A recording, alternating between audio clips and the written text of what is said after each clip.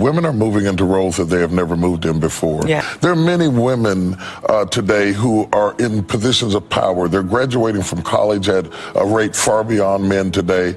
They are primary breadwinners in their homes. They are going to work. They are going to office. They are mothers. They're in all of those roles. As a woman in leadership, how has faith shaped your life? And what would you say to women who have all the power and responsibilities and stress that men have, and yet they're women? Women have always been in leadership. Just because a person doesn't have a title or a label or position doesn't mean that they're not in leadership. And women have always been shaping the world. We've always. There is no one in the universe that has not come through the womb of a woman. Absolutely. And when a woman was created to be a problem solver. The Bible says that it was not good for man to be alone, so that means that man had a problem. When God created woman, he created woman to solve a problem. And it was the problem that a man had. Now, I don't have problems with being considered second. Because I understand that the second edition is always better than the first. I think of Hannah.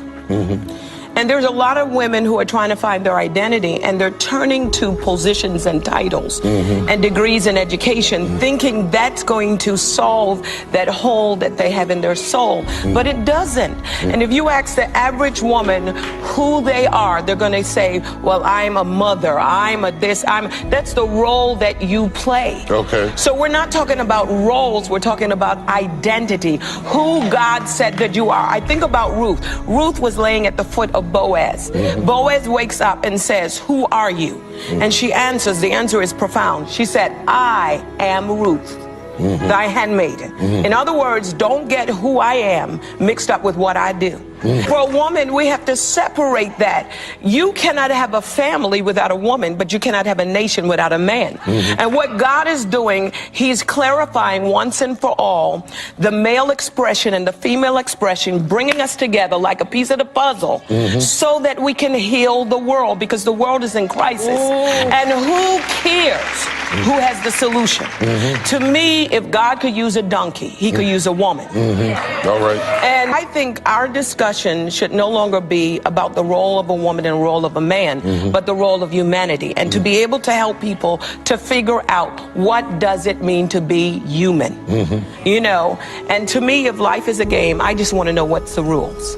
What are the rules? And then secondly, a lot of times women turn to other people for answers rather than turning to the Creator.